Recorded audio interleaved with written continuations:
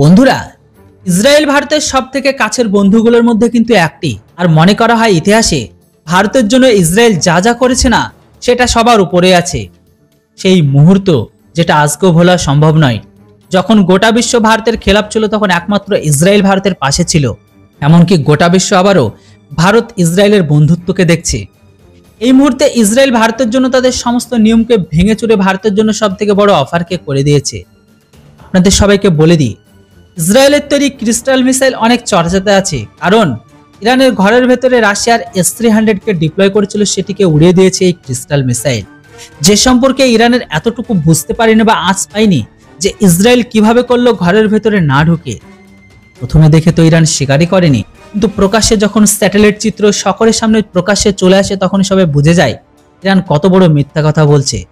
এই মিসাইল দ্বারা ইরানের রাডার আর ডিফেন্স সিস্টেমকে ধ্বংস করে দিয়েছে।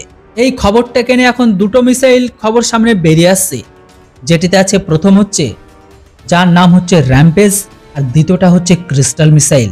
এই মিসাইলগুলোর দ্বারা নাকি ইরানের সিস্টেমকে ধ্বংস করেছে ইসরায়েল, যেটাতে S-300 এই দুটো মিসাইলকে ধরতেই পারেনি। আর এখন ইসরায়েলের এই মিসাইলের ক্ষমতাকে দেখে ভারতের বায়ুসেনা এখন এই মিসাইলকে কিনতে চায়।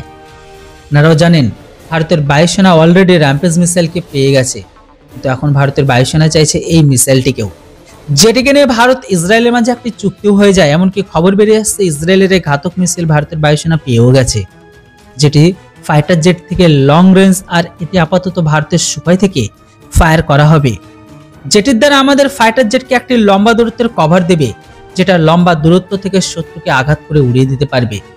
বলা হচ্ছে এর রেঞ্জ 250 কিলোমিটার। এর থেকে বড় ব্যাপার এটাই যে র্যাম্পেজ মিসাইলকে পুরো টেকনোলজি সহ ভারতের ভেতরে তৈরি করতে পারবে। তবে এখানে প্রশ্ন ওঠে একটাই, যে ভারতের কাছে এখন ব্রহ্মসের মতো মিসাইল আছে, তাহলে ভারত ইসরায়েলের এই মিসাইলকে কেন নিচ্ছে? বলা হচ্ছে এই মিসাইলের ক্ষমতা আর এই মিসাইলের দাম, আজকের দিনে ভারতের একটি ব্রহ্মসের দামে দুটো র্যাম্পেজ মিসাইল চলে আসবে। মানে আজকের দিনে ভারতের ব্রহ্মস মিসাইল অনেক দামি একটি মিসাইল। তাই এখন এই র্যাম্পেজ মিসাইল দিয়ে ভারতের বায়ুসেনা খুব সহজেই যে কোনো রাডার আর ডিফেন্স সিস্টেমকে কাউন্টার করতে পারবে, যেটি অনেক সস্তা হবে ব্রহ্মসের তুলনায়। বন্ধুরা, ভারত আর ইসরায়েলের ফ্রেন্ডশিপের জন্য কমেন্ট বক্সে কেউ জয় হিন্দ লিখতে ভুলবেন না। Thanks for watching. জয় হিন্দ, বন্দে মাতরম।